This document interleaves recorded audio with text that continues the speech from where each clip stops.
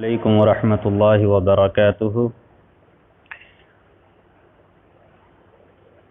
ان الحمد للہ رب العالمین والصلاة والسلام علی اشرف الانبیاء والمرسلین والعاقبۃ للمتقین، اما بعد رب اشرح لی صدری ویسر لی امری واحلل عقدۃ من لسانی یفقهوا قولی رب زدنی علما، اللہم رب زدنی علما، آمین۔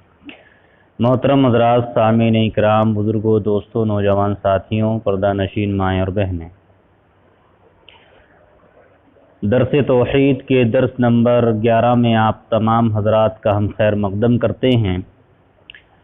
اس سے قبل کے دروس میں ہم نے شرک کے اسباب، شرک کی وجوہات کی تعلق سے جانا اور یہ جانکاری حاصل کی کہ کون کون سے ذریعے ہیں اور ریزن ہیں اور اسباب ہیں کہ جن کی وجہ سے انسان شرک کے اندر مبتلا ہو جاتا ہے۔ اس میں سے دو ذرائع کا ذکر کیا گیا، دو اسباب کا ذکر کیا گیا۔ ایک تو جہالت ہے، آدمی لا علمی میں، جہالت میں شرک کے اندر ملوث ہو جاتا ہے، اس کو پتہ بھی نہیں چلتا کہ میں شرک کر رہا ہوں، کیا کر رہا ہوں، اس لیے کہ اس نے دینی تعلیم حاصل نہیں کی ہوتی ہے، تو جہالت کی بنا پر۔ اور دوسرا ہے تعلیمی ادارے، صرف جاہل ہی شرک کے اندر داخل نہیں ہوتا، بلکہ بڑے اچھے پڑھے لکھے لوگ بھی شرک کے اندر مبتلا ہوتے ہیں، اور اس کی وجہ یہ ہوتی ہے کہ بچپن سے یا شروع سے ان کی تربیت کی جاتی ہے، نشو و نما کی جاتی ہے، شرکی ماحول میں ان کو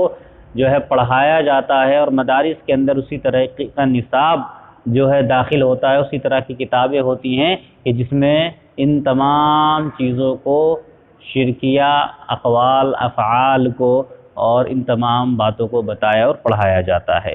تیسرا ذریعہ جس کی وجہ سے انسان شرک کے اندر مبتلا ہو رہا ہے یا ہوتا چلا آیا ہے، وہ ہے دین خانقاہی۔ یہ دین خانقاہی کیا چیز ہے؟ اسلام کے نام پر دین خانقاہی در حقیقت ایک کھلی بغاوت ہے۔ خانقاہ ہوتی ہیں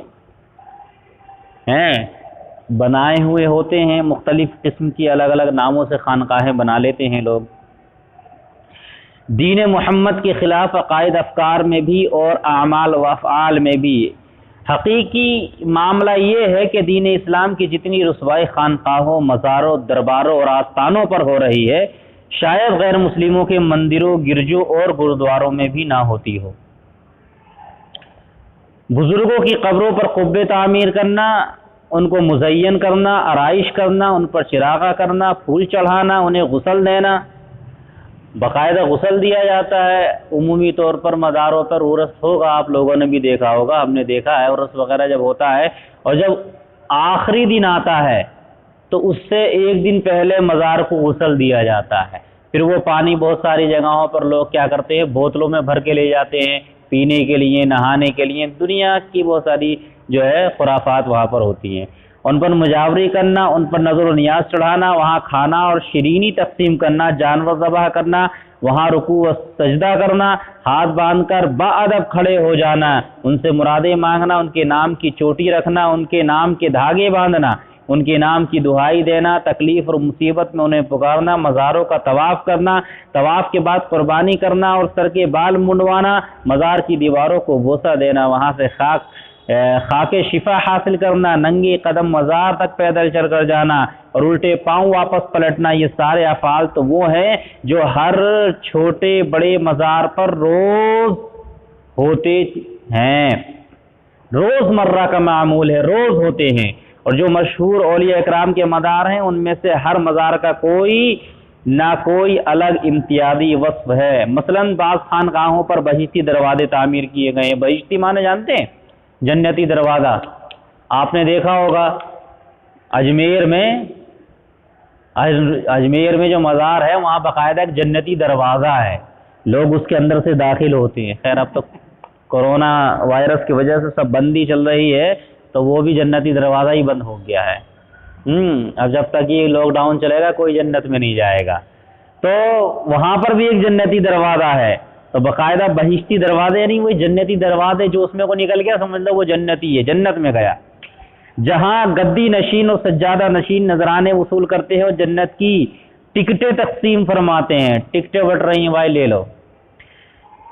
کتنے ہی عمرہ، وزراء، اراکین اسمبلی اور سول اور فوج کے اعلیٰ عہدیدار سر کے بل وہاں پہنچتے ہیں جو مسلم ہیں، مسلم ممالک میں، پاکستان وغیرہ اور دیگر جگہوں پر، اور دولت دنیا کے بدلے جنت خریدتے ہیں۔ بعض ایسی خانقاہیں بھی ہیں جہاں مناسک حج ادا کیے جاتے ہیں، جو حج کے ارکان ہیں وہ بہت سارے مزاروں پر ادا ہوتے ہیں۔ مزار کا طواف کرنے کے بعد قربانی دی جاتی ہے، بال کٹوائے جاتے ہیں اور مصنوعی آب زمزم نوش کیا جاتا ہے، بناوٹی آب زمزم لو وہی پیو۔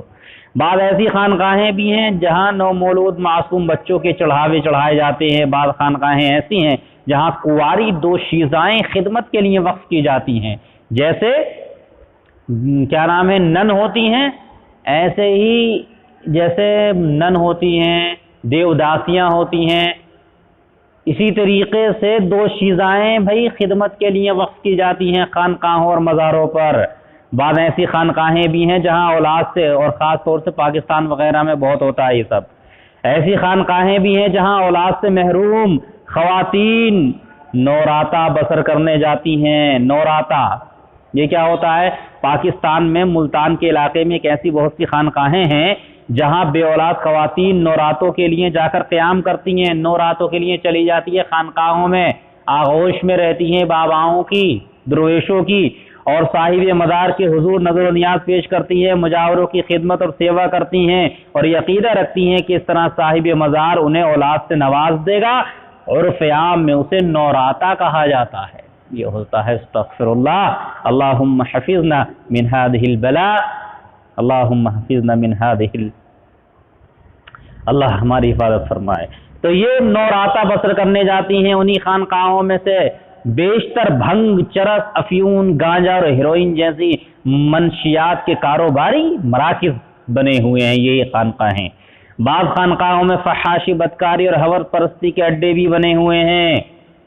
ویسے تو اخبارات اور آئے دن مسلم ممالک کے تعلق سے، اور اگر ہمارے ملک ہندوستان میں بھی اس طرح کے معاملات ہوتے ہیں تو مزاروں اور خانقاہوں پر پیش آنے والے المناک واقعات، ان کی خبریں اخباروں میں آتی رہتی ہیں اور نظروں سے گزرتی رہتی ہیں۔ بہت ساری خبریں جو ہیں کیا نام ہے پاکستان کے تعلق سے، بہت سارے مقامات خانقاہوں کے تعلق سے شائع ہوئیں۔ ان میں سے 15 اکتوبر 1992 عیسوی میں خبر شائع ہوئی تھی، پاکستان کے ضلع بہاولپور میں خواجہ محکم الدین میرائی کے سالانہ اس پر آنے والی بہاولپوری یونیورسٹی کی 2 طالبات کو سجادہ نشین کے بیٹے نے اغوا کر لیا، جبکہ ملزم کا باپ سجادہ نشین منشیات فروخت کرتے ہوئے پکڑا گیا۔ تو اس طرح کی بہت ساری خبریں بہرحال آتی رہتی ہیں۔ تو بعض خانقاہیں مجرموں اور قاتلوں کی محفوظ پناہ گاہیں تصور کی جاتی ہیں۔ ان خانقاہوں کی گدی نشینوں اور مجاوروں کے حجروں میں جنم لینے والی حیات سوز داستانیں سنیں تو کلیجہ منہ کو آتا ہے۔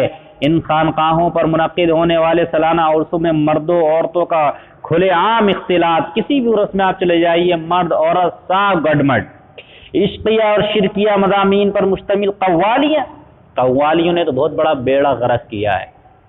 قوالیوں نے تو بہت بڑا، قوالی کے بارے میں اگر کہا جائے اور اس کی تاریخ اگر دیکھی جائے تو ہندوؤں کو اسلام کی طرف مائل کرنے کے لیے اولیاء اکرام نے قوالی کا سہارا لیا۔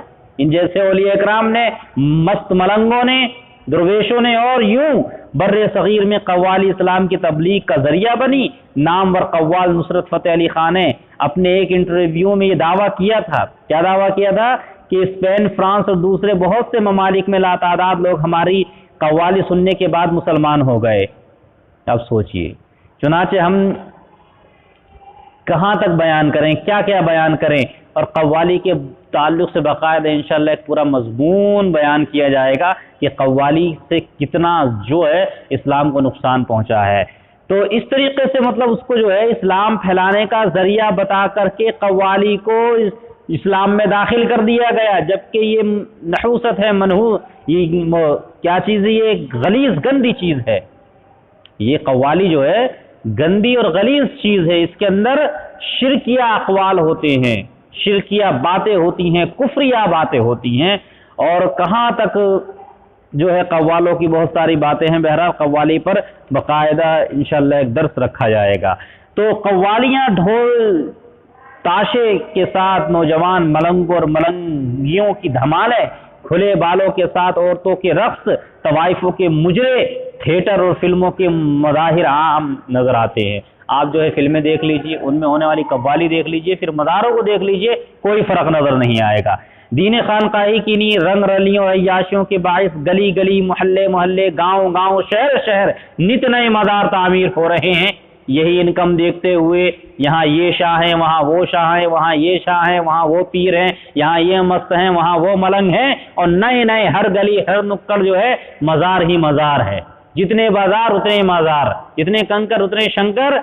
یہ اگر مشہور ہے تو جتنے مردے اتنے سجدے، یہ مسلمانوں کا دستور ہے، آج بن کے رہ گیا ہے۔ اللہ ہماری حفاظت فرمائے اس سے۔ تو گلی گلی، محلے محلے، شہر شہر نت نئے مزار تعمیر ہو رہے ہیں۔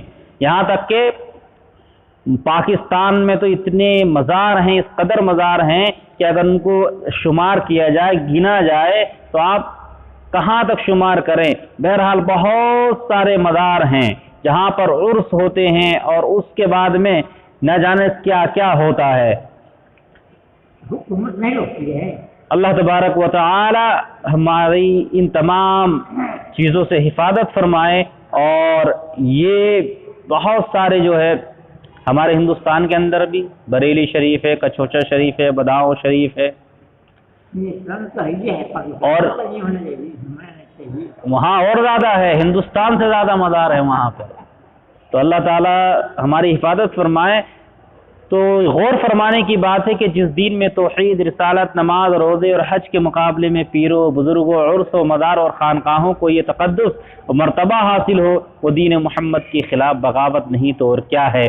شاعر ملت علامہ اقبال رحمہ اللہ نے ارمغان حجاز کی ایک طویل نظم ابلیس کی مجلس شورا میں ابلیس کے خطاب کی جو تفصیل لکھی ہے، اس میں ابلیس مسلمانوں کو دین اسلام کا باغی بنانے کے لیے اپنی شورا کے ارکان کو جو ہدایت دیتا ہے، ان میں سب سے آخری ہدایت دین خانقاہی پر بڑا جامع تبصرہ ہے۔ کیا کہا ہے؟ مست رکھو ذکر و فکر و صبح گاہی میں اسے، مست رکھو ذکر و فکر و صبح گاہی میں اسے، پختہ تر کر دو مزاج خانقاہی میں اسے۔ اور نہ جانے کتنی مطلب جو ہے بہت سارے مزار ہیں، خانقاہیں ہیں، آستانے ہیں، گدیاں ہیں، جو وسیع و عریض جاگیروں کے جو ہیں مالک ہیں، صوبائی اسمبلی، قومی اسمبلی، حتیٰ کہ سینٹ میں بھی ان کی نمائندگی موجود ہوتی ہے۔ مطلب مسلم ممالک جو ہیں پاکستان وغیرہ، اس میں صوبائی اور قومی اسمبلی کی نشستوں میں ان کے مد مقابل کوئی دوسرا آدمی کھڑا ہونے کی ضرورت نہیں کر سکتا۔ لہذا کتاب و سنت کی نفاذ کے لمبرداروں، اسلامی انقلاب کے داعیوں نے اپنے راستے کے اس سنگی گرہ کے بارے میں بھی کبھی سنجیدگی سے غور کیا ہے؟ نہیں کیا ہے۔ پاکستان ہو، ہندوستان ہو، کوئی سا بھی ملک ہو، بہرحال خانقاہیں ہیں، یہاں تک کہ خانقاہوں میں حلالہ وغیرہ، یہ حلالہ جیسی گندی رسم تک کو ادا کیا جاتا ہے باقاعدہ۔ اور پاکستان میں تو حلالہ سینٹر ہیں، نام ہے باقاعدہ کہ یہاں آ کے آپ حلالہ کروائیں۔ ہمارے ملک ہندوستان میں بھی جب تک یہ قانون نہیں بنا تھا، اب یہ قانون بنا ہے تو لوگ اس سے تھوڑا ڈرے ہیں، ورنہ یہاں پر بھی چوری چھپے جو ہے اس طرح کے مراکز اور اڈے قائم کر کے لوگ جو ہے